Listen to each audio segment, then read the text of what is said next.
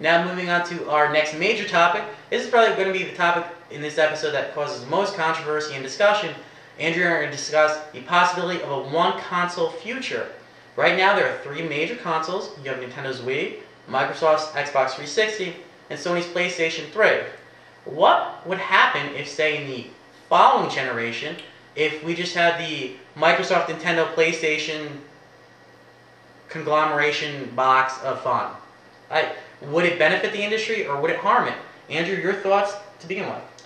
Well, first off, there's different aspects to this. You've got to take into account, now, is this just a standard format, meaning is you're going to go for a standard DVD software or, digital download, something of that degree? Is it going to be something that Toshiba, Sony are all going to make the same disc for? That's my viewpoint. There's a lot of positive and negatives on both sides. For software companies, I think it's in their major interest.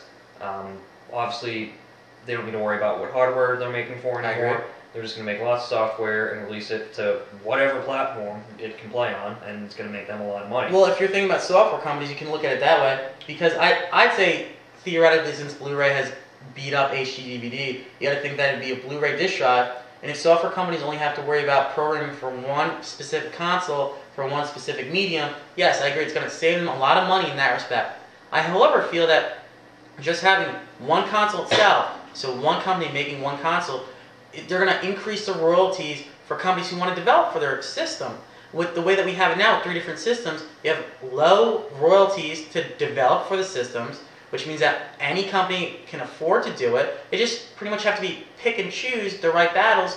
When you look at companies that are exclusive, such as Epic Games with Gears of War from Microsoft, they maximized how they could make that game. Or if you look at the Nintendo DS Lite with games coming out for that, companies are maximizing their profit for just releasing for the Nintendo DS Lite. And that's the way I think that you have to look at things. Sure, they might lower costs in one area, that means that costs in other areas are going to rise to compensate for that. That's a good point, but I mean, the question is, as a gamer, what matters to you? Do you really care about your hardware companies making money, like Nintendo or Sony or Microsoft? Do you really care what their profit margins are, or do you care about the software being released? You can look at it and say, well, okay, there might be one console or several different consoles that play the exact same format, but at the end of the day, if you're getting good software released, do you really care what system it's on? I agree with that wholeheartedly, which is why I ask you the same question. At the end of the day, with three systems on shelves these days, if great software is coming out, do you really care what system the software is on now? You don't need one console for that. You could have your three consoles, you pick your poison, you play the games that you want. Granted, if a game comes out that you want to play on a different system, you have to pick up that system as well, so be it. But if you have one console, who's to say that that one console won't be $800 on its own because there's no competition? As we all know, competition keeps prices low. Look at the 360 price cuts nowadays and the PS3 dropping in price because it can't sell worth a damn, and that's what you have to look at. Yeah. I still say it would be a better idea for hardware companies and software companies to not just release one console that plays everything. I say go kind of the way DVD's gone. You can go to the store and you can buy a Toshiba brand DVD player, a Sony brand DVD player, and they all play the same discs. Mm-hmm. Why can't we go that route? The only thing you'd have to come up with would be a control scheme that everyone can, develop for. So it would have to be standardized in that respect, like a DVD remote is these days. Well, if that's what you want to do, however, you've completely taken out the innovation that is the Wii remote, because if everything's going to play the same way, you can't compare the Xbox 360 controller to the Wii remote, because they're two fundamentally different pieces of ergonomic hardware that you're holding in your hands, or in this case, one hand. You just can't have that with one system. Yeah. We've also heard the argument and said, well, one console future, we have that, it's the PC, it plays everything. To a degree. Tony's laptop certainly isn't going to run Crysis. And, you're not going to be using your dual-core processors to run Peggle, Although you could. You could. But why invest that much money to play Peggle? Exactly. So, you can go back and forth about this the whole time.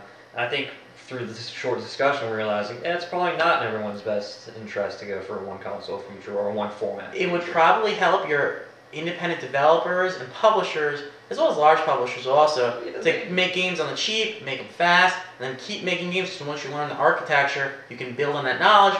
However, we just don't see it happening anytime soon. Microsoft and Sony are finally making money on their big pieces of hardware. Nintendo's always made money. With $5 billion in the bank, why are they going to change their system? Exactly. And it's just going to be like every other format. It's going to have to be upgraded at some point, and then they're going to have to go through the whole argument again of what's the standard again. Exactly. Moving on, we'd like to say that Electronic Arts chairman John Riccitiello was one of the executives who started this whole controversial discussion. He actually came out and said that he feels that there should be a one-console future. It's big news that EA just announced a bid to purchase Take-Two Interactive. They paid $26 a share, which is about 64% over Take-Two's closing price on February 15th, and that would work out to be about $2 billion in profit.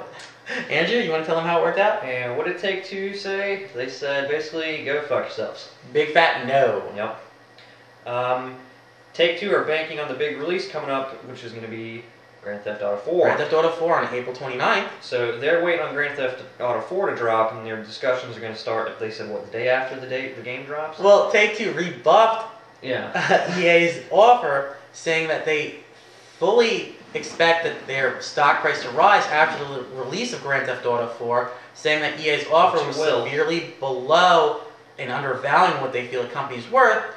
So Take-Two politely said that EA could continue talks April 30th, the day after GTA 4 drops. Yeah.